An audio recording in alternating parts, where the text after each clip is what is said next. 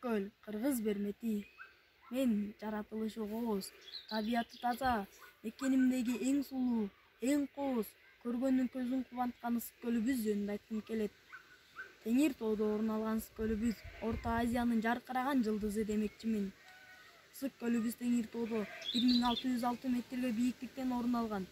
Көлүбүздүн ушунчалык чоңдугу менен зымыктанып айта кетсем, түндүктөн түштүккө 58 километр, батыштан чыгышка 182 километрге чейин созулат. Көлгө жайкысым жылуу болуп, көлгө түшүп эс алабыз. Кышкысым болсо 30 градуска төмөндөйт. Көл туздуу келет, анда эч качан тоңбойт. Ошондуктан ысык көл деп аталып калган. Улуу жазуучу Чыңгыз Айтматов күн нуру жер жүзүнөн эң жакшы көрүнгөн жер деп айтканда, көлүбүзгө суктанбай карап тура албайбыз. Канчалаган эс алчу жайлар, оюн-зоок комплекстери бар. Мисалы Чолпон Атадагы Рух Ордо комплекси биз сыймыктанчу жерлердин бири. Биздин кереметтүү көлүбүзгө чет мамлекеттен көптөгөн эс алчулар, туризм инвесторлору келип турушат. Дей койчу, айта берсең сөз түгөнбөйт го. Ысык көл, кээде тынчта, кээде толкун, толкуса толкунуна тең ортокмун.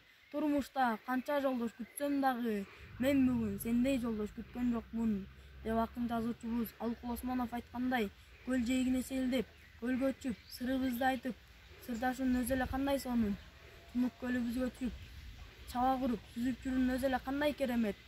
Көл суусу ден соолукту чындайт, канча дем күч берет. Ошондуктан көлүбүздү сактап, таза кармап, баркын билели. Ысык көл Кыргыз элдин сыймыгы, Кыргыз элдин бермети. Мен ысык көлдүк экениме сыймыктанам.